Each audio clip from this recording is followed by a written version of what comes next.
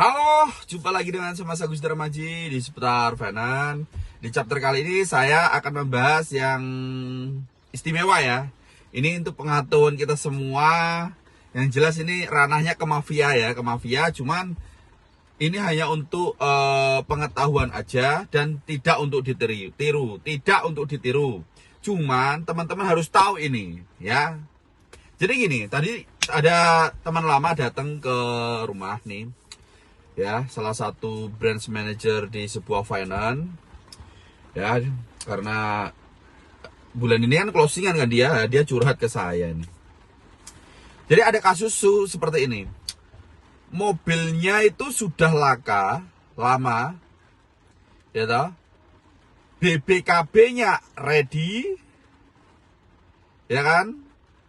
Nah ini yang punya mobil dan yang punya mobil dan yang punya finance, bukan yang punya finance, maksudnya salah satu finance, ini mereka kerjasama. Jadi modelnya itu BPKB dicairin, ya kan? Tapi yang difoto, saat foto bla bla bla bla, itu adalah mobil yang dia pinjam ke temennya atau rental. Jadi mobil yang sebenarnya udah rusak, udah hancur, hampir 80% hancur ibaratnya lah ya.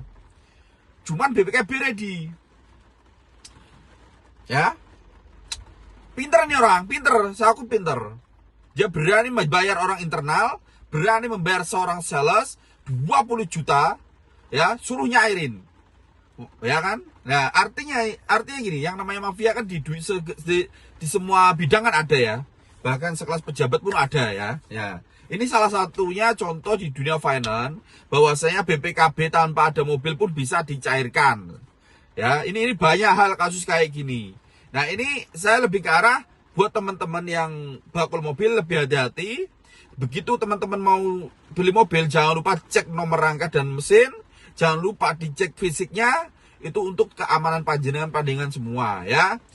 Apalagi buat orang-orang awam yang pengen beli mobil, ya minimal ini video ini buat pengetahuan teman-teman semua.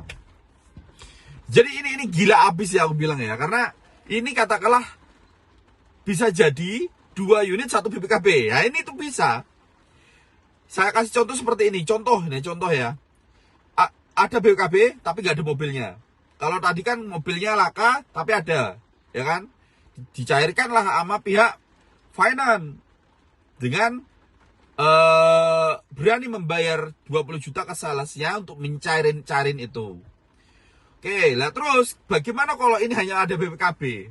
Artinya mobil udah hilang, entah itu digelapkan orang atau gimana, bisa dicarikan. Ini bisa loh dicarikan, dijadiin duit. Ini bisa loh. Nah, begitu udah cair, ya kan? Otomatis pihak finance kan nggak tahu uang nomor rangka nomor mesin sesuai semua. Gitu kan. Nah terus foto pun itu mereka bisa pinjam foto mobil teman atau rental kan untuk pengajuan ke aplikasi kan, pengajuan proses kreditnya seperti itu. Nah begitu nanti sudah cair, bayar 1 kali angsuran, habis itu udah dibayar, pertanyaannya gini, aman nggak ini, ya kan? Lah kalau yang kita manipulasi data yang si salesnya ini kriminalnya ada. Tapi tidak ada bukti. Nah, tidak ada bukti. Tapi kalau itu sudah dibayar 1 kali, terus mobilnya malah hilang, artinya si atas nama bilang hilang. Ya kan? Boh hilangnya itu digelapin, boh hilangnya itu dicuri atau gimana. Nah, ini masih aman. Ya kan, masih aman. Ya, itu masih aman. Walaupun misalkan kok pihak finance mau proses pun itu ya bisa, cuman kan masih susah banget, sangat amat susah kalau untuk ngelaporin orang dengan kasus masih perdata seperti ini, apalagi dunia finance dunia mobil, motor itu susah. Ya, makanya kalau teman-teman punya BPKB itu sebenarnya bisa dimanfaatin bener-bener itu. Nomor rangka, nomor mesin di zaman sekarang itu bisa dicetak. Nah ini nggak boleh ini, ya sebenarnya nggak boleh. Cuman kan kadang kita merasa jengkel aja ya, jengkelnya gini. Saya sudah bertahun-tahun ngangsur, tapi begitu BPKB keluar, mobilnya malah nggak ada, mobilnya hilang. Itu kadang lemas di hati ya. Ya, inilah hidup. Ya, cuman saya tidak menganjurkan buat teman, minimal ini buat pengetahuan aja, supaya teman-teman kalau beli mobil hati-hati, ya kan? Lah terus jangan suka manipulasi data, karena manipulasi data itu jelas kriminalnya ada, ancamannya 7 tahun ya. Semangat tetap di seputar kanan, ini buat pengetahuan aja, jangan ditiru.